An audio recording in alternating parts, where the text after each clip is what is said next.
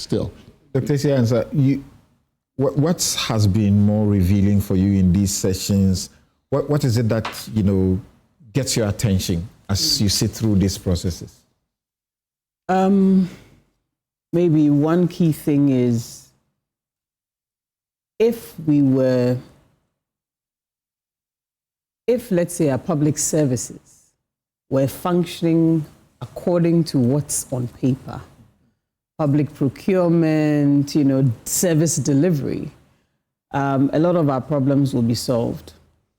So the enforcement of what exists, because some of the things that you're reading, it's, useful. Having said, let's say the Public Services Commission, their mandate is clear, what they're doing. If they had the room to work the way they're supposed to, we would have effectiveness. But then where things get politicized, it derails them. And so just learning that there are some of these things, it's just a matter of doing what we need to do, existing policies and then enforce. Yeah, so what can you point at to justify how important this process is? Well, the process is important. It's been 30 plus years since the Constitution was framed. Life has changed. So whether we like it or not, we need to come to it and then do the review. It's been interesting for me just listening to some of the things and realizing we've talked about it and talked about it. The election of, DCs, it's come up so many times, but here we are. It's still there. So this is the time to use the opportunity to capture things properly so that the Constitution outlives us. Mm-hmm. So that going forward, like Prof said, this is a problem-solving mission.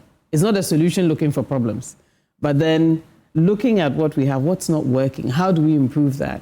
State-owned enterprises. It's been interesting just looking at how quickly we're setting up new commissions, new authorities, and where do we stop? Where do we consolidate so they can be effective?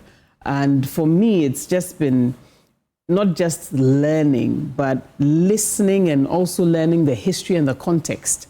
The question around previous constitutions and having a prime minister, looking at the Council of State and some asking, well, should this be a second chamber? These are things that I would never have thought of.